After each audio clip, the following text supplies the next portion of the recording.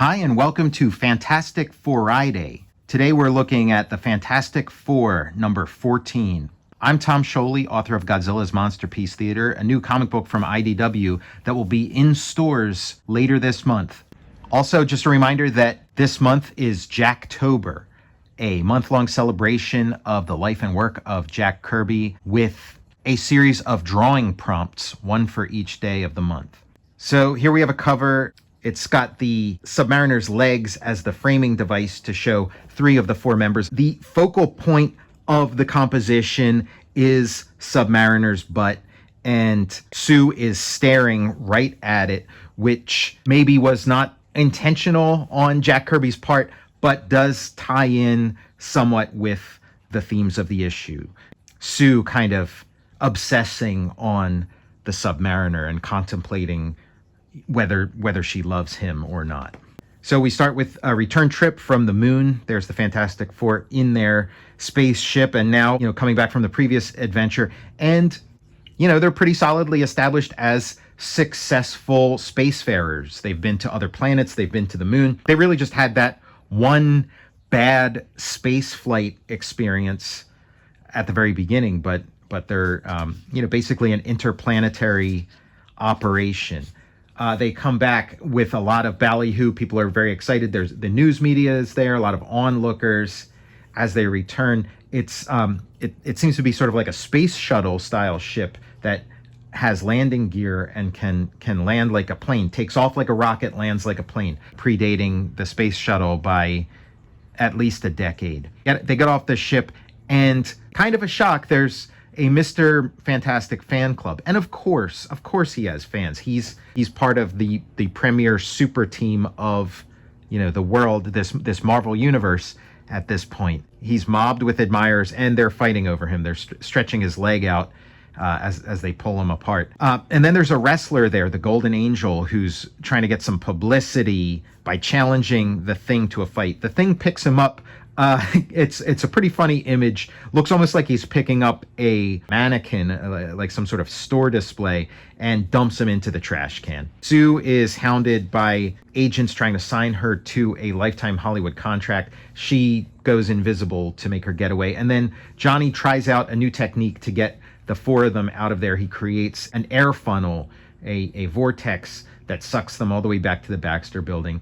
And now they are exhausted from the previous issue's adventure. They want to sleep. This is the life. Wake me up at Christmas. Next Christmas. I think I'd better do a little house cleaning, just so long as you do it silently. Wow. Okay, Reed. There, that finishes my scientific report to NASA about our new rocket fuel. Now I'll find Sue and ask her to type it up so that we can dispatch it to Washington via special courier. He finds her using his new experimental roving eye TV apparatus to scour the bottom of the sea looking for the Submariner. And when Reed walks in on her, "Oh, Reed, you startled me," and she turns it off quickly. "You're still thinking about the Submariner, aren't you, Sue?" "No, don't answer. There's no need to. Sometimes I wish you could find him again so we could settle things between us once and for all." So, yes, Sue is pining away, wistful for the Submariner.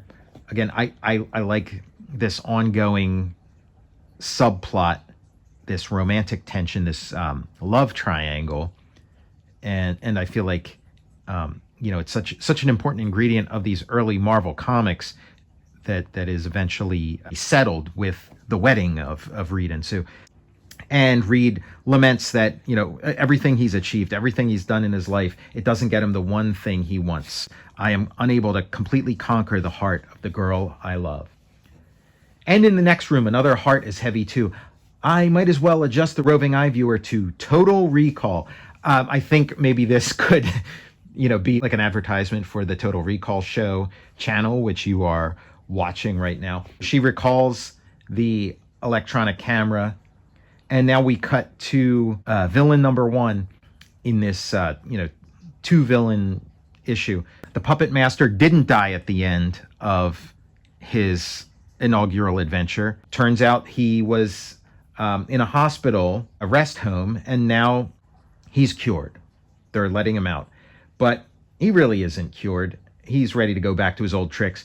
He's trying to decide which villain of the Fantastic Fours to control to have his revenge on them. And he settles on the Submariner. Submariner is scouring the ocean looking for clues to the disappearance of his Atlantean people, which is another, really fun subplot of these early Fantastic Four issues, that nuclear testing drove his people away, scattered them to the winds, maybe even killed them. We don't know, but he's determined to find them if they're out there. He will follow the trail. But then the Puppet Master's remote control takes him over, and there's a lot of really fun underwater animal inventions in this issue. It's almost like the Flintstones, how, their garbage disposal was like a little dinosaur, and typewriter has a little prehistoric bird in it that taps out the words with his nose. That's kind of how Submariner's world operates. And so he has the wondrous Mento fish, which can sense human thoughts and transmit them to any point on the earth through mental electro waves. And so he sends a mental message to Sue, and she's already got Submariner on the brain. So it really works on her. And she goes to meet him, but he's acting weird. Why don't you speak? Why don't you say something? And he's got another cool bit of living technology, this very alien-looking hypnofish, which hypnotizes Sue and then makes a giant bubble to carry her in. And we find the Puppet Master creating more puppets out of his radioactive clay. Then we're back with the Fantastic Four, doing their normal hijinks. Submariner shows up, but it turns out it's a hologram, and that he has demonstrated this power before, that he has this undersea image transmitter. And he says he has taken the Invisible Girl prisoner. Johnny, in one panel, sort of quickly searches all the rooms. Nice looking graphic representation, solution to the problem at hand. And yes, Sue is gone, so they're ready to find her. Meanwhile, in a small Navy surplus one-man sub. So I guess submarines, you could buy a submarine from like a Navy surplus store. The Puppet Master is in his little submarine tooling around to watch his handiwork. The Fantastic Four take off in the Fantastic Car. Ben splits apart from the rest, and then in a funny sequence tries to park it in a parking lot. He's going to visit Alicia one last time before they go on this big adventure that might be the end of them. She can't stand it. She sheds a tear, and Ben can't stand the sight of this, so he decides to take her with him. They go back to that piece of the Fantastic Car. Some great visual comedy here as the thing piles these cars up on top of each other. That'll teach the old pirate not to charge double for my Fantastic Car. I'm almost sorry I didn't leave those jalopies piled up there instead of putting them back again after he got the message.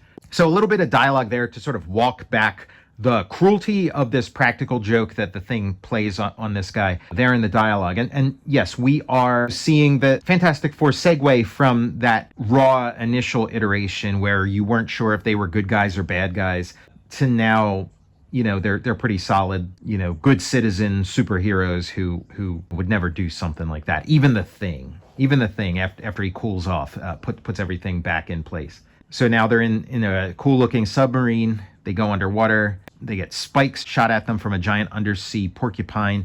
They get sucked into a vortex, the second vortex of the issue. Johnny gets caught up in it. Reed rescues him, puts a blanket on him. Then we get a nice 3-panel sequence with the sub getting closer and closer to Submariner, and then seeing that it was all a trap. It was a giant clam that closes down on them. Now they're captured by Submariner. He reveals that Sue is being menaced by a giant octopus. Johnny flames on, goes into action, and again, another one of Submariner's cool undersea creatures that are living technology. This one is the Flame Eater. It sucks away Johnny's flame. Thing jumps into action, but Submariner has something planned for him too, a razor-sharp dagger needle coral. Now he flings a ball of deep sea fungus at him, which quickly envelops the thing. He smashes it away, and now Reed Richards forms himself into a giant net to catch this fish. Ben jumps into the tank that Sue is in. He fights the giant octopus.